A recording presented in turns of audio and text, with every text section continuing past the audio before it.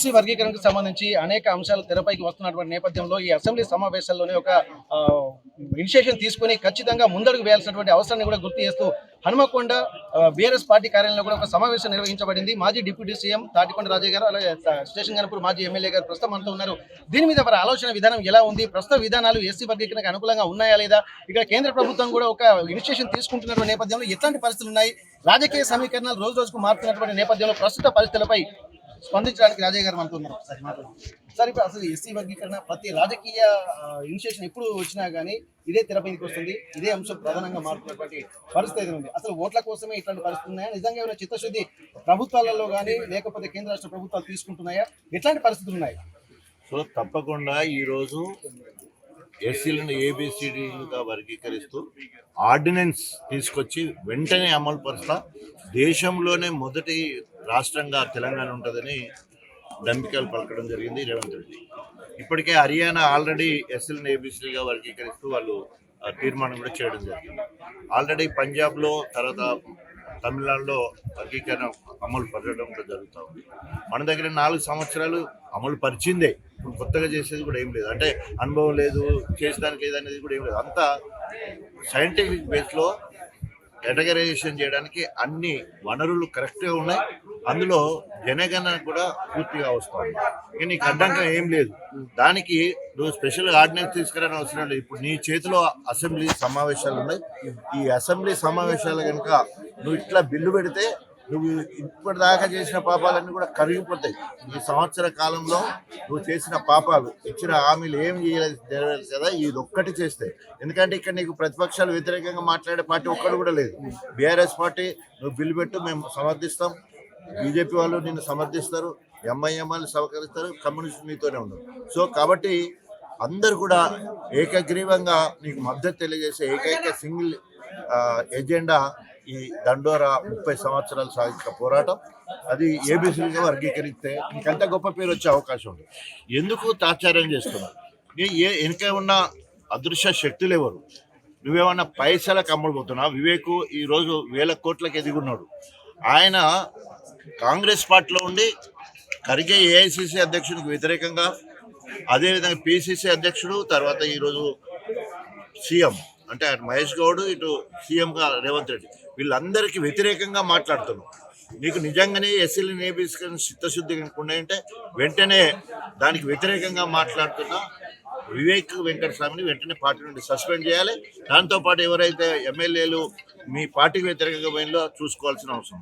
లేదా వైఖరి చెప్పండి, మేము ఎస్సీలకు ఏబీసీలుగా వర్గీకరించలేము కాబట్టే అని ఒప్పుకోండి. సో కాబట్టి ఇంకా నాటకం అంటే 2 నాలుకల ధోరణిగా కుదరదు. సో వెంటనే స్పష్టంగా నువ్వు ఇచ్చిన ఏదైనా ముందు నిమిషంలో మాట్లాడతారు.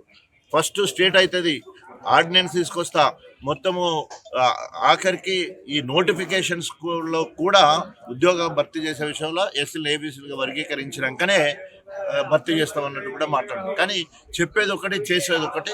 కాబట్టి ఇప్పటికి ఇంకా ప్రజలు నిన్ను నమ్మే పరిస్థితి లేదు. వెంటనే నువ్వు నిర్ణయం తీసుకొని వెంటనే అసెంబ్లీలో బిల్ పెట్టాలని డిమాండ్ చేస్తాను. ఓకే, మీరు చెప్తున్నట్టే ఇప్పుడు దాదాపు అన్నీ ఉన్నాయి, వడ్డించిన విస్తరిగానే ఇప్పుడు ఎస్సీ రిజర్వేషన్ కానీ ఎస్సీలకు తీసుకున్నటువంటి నిర్ణయాలకు సంబంధించినటువంటి అన్ని అనుకూలంగా ఉన్నాయని చెప్పి మీరు చెప్తున్నారు. మళ్ళీ ఎందుకు మీకు ఇంత అసందిగ్ధ పరిస్థితులు అవుతుందంటే ఇచ్చినటువంటి హామీలు నెరవేర్చలేకపోతున్నటువంటి బాధను కూడా చాలాసార్లు మీరు వ్యక్తం చేస్తున్నటువంటి పరిస్థితి. ఇది కూడా అందులో భాగంగానే అనుకోని మీరు ఇట్లా ప్రివెంటివ్ మెజర్స్ తీసుకుంటున్నారా? 100%. ఎందుకంటే ఇచ్చిన హామీలు ఒక్కటి కూడా నెరవేర్చలేదు. ఇది కూడా అట్లాగే చేస్తారని ఒక భయం. తర్వాత రెండవది, ఆలస్యం చేయడానికి ఆయనే వెనుక నుంచి వెళ్ళి మాలలను ఎగేస్తా ఉన్నాడు. ముందేమో మాదిగలను చేస్తున్నాడు, వెనుక మాలలను ఎగేస్తున్నాడు. దానికి సాక్ష్యం వివేక్ మాట్లాడిన సందర్భంగా నేను తప్పకుండా మన సమస్యలు మొత్తం కూడా మీరు చెప్పిందంతా కూడా నేను రేవంత్ దగ్గరికి తీసుకుపోయి ఒప్పిస్తా అంటున్నాడు. ఎట్లా ఒప్పుకుంటాడు? కాబట్టి ఒకవేళ కనుక నువ్వు అనుకూలంగా ఉండేది ఉంటే వెంటనే నీకేం అడ్డే లేదు కదా. ఇప్పుడు నీకు అడ్డు పెట్టేది, ఇప్పుడు నేను రాసి రంపాన పెట్టేది, లేదా నువ్వు ఏం పని చేస్తలేని తెల్లాలైతే ఒర్రేది గొంత చుట్టుకునేది ఎవరు? బీఆర్ఎస్ కదా. నేను ఎక్కువగా ఏ పని చేస్తలేవు, ప్రజా వ్యతిరేక విధానాలతో ఏం చేసినావని సంవత్సరంలో విజయోత్సవాలు చేసుకున్నావు. ఏ ఒక్క ప్రజలకు ఇచ్చిన హామీ ఒక్కడు నెరవేరు. 6 గ్యారెంటీలు అటకెక్కిపోయిన పరిస్థితి ఉన్నది. రైతు భరోసా ఇప్పుడు ఇదకి ఏమీ లేదు. రైతు రుణమాఫీ అనేది ఆయన నోటే చెప్పిందే 18,000 కోట్లు అయినాయి, దాదాపు ఓన్లీ 22 లక్షల మంది రైతులకు ఇచ్చినాం, 42 లక్షలు అని చెప్పినాం. మరి ఆయన నోట చెప్పింది ఆయన తిరగబడ్డట్టు ఆ భాష. కాబట్టి ఇప్పుడు ఏదేమైనా కూడా 600 అయినా కూడా ఎట్టి పరిస్థితిలో ఈ అసెంబ్లీ సమావేశాలను వెంటనే బిల్ ప్రవేశపెట్టాయంటే అన్ని రాజకీయ పార్టీలు మద్దతు తెలుపుతాయి, ఏకగ్రీవంగా తీర్మానం వచ్చే అవకాశం. ఓకే, ఇప్పుడు అన్ని రకాలుగా ఇప్పుడు మీరు కాన్ఫిడెంట్ గా ఉంటున్నారు, అన్ని రాజకీయ పార్టీలు అనుకూలంగా ఉన్నాయని చెప్పి ఎవరు ఎన్నికల మేనిఫెస్టో ముందు వాళ్ళందరూ చెప్పారు. కానీ ఈ మధ్యలో జరుగుతున్నటువంటి పరిస్థితులు చూస్తుంటే చరిత్రలో ఎన్నడూ కానీ విని ఎరుగని విధంగా ఇటు మాలలు కానీ ఇటు మాదిగలు కానీ బల ప్రదర్శన జరుగుతుంది. ఇది దేనికి సంకేతం అనుకోవచ్చు? ఇది బల ప్రదర్శన అని నేను అన్నాను, ఎందుకంటే వారి జనాభాను చూపించే ప్రయత్నం వాళ్ళు చేస్తా ఉన్నారు, మా జనాభాను చూపించే ప్రయత్నం మేము చేస్తా ఉన్నాం. సో కొన్ని రోజులు ఇప్పుడు నేను ఎంతమంది చెప్పిన వివేక్ వెంకటస్వామి అనే అతను అసలైతే మాల ఏమో పంబాలకు సంబంధించిన క్యాస్ట్ అని ఉంటే ఆయన మాల అంటే గ్రేట్గా ఉంటుందని చెప్పేసి మాల అని చెప్పుకున్నారు. ఇప్పుడు అసలు కులం చెప్పుకోవాల్సి వస్తూ ఉన్నది. ఆ రకంగా బయటకు వస్తున్నారు. మాలలో ఎక్కువ ఉన్నారు, లేదా బైన్లో ఎక్కువ ఉన్నారు, లేదా పంబాలో ఎక్కువ ఉన్నారు చెప్పుకునే ప్రయత్నం.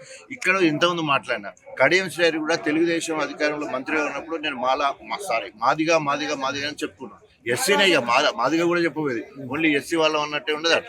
కానీ ఎప్పుడైతే క్యాస్ట్ ఇష్యూ వచ్చిందో మొన్న బీఆర్ఎస్ ప్రభుత్వంలో 2015లో నేను బైన్లో నిలిచపడింది.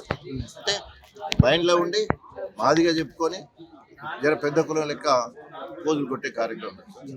సో కాబట్టి ఇట్లా అందరు కూడా ఈరోజు మేము కూడా ఏం చెప్తున్నాం, సమన్వయాన్ని పాటించండి, మాదిగ బిడ్డలారా సమన్వయం పాటించండి. కానీ జనగణలో మీరు మాత్రం తప్పకుండా ఉండాలి, మీ జనాభాను తప్పకుండా చూయించుకోవాలి.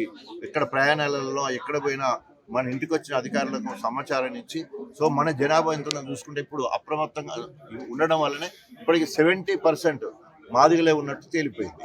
సో మాదిగ ఉపకులాలకు సంబంధించి కాబట్టి ఎవరికి అన్యాయం చేసే ఉద్దేశం దీంట్లో లేదు. మాలలకు మేము వ్యతిరేకం కాదు.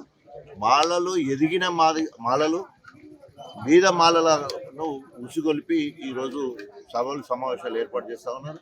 సో వాళ్ళ ఉచ్చులో పడొద్దని చెప్పేసి చెప్తున్నాం.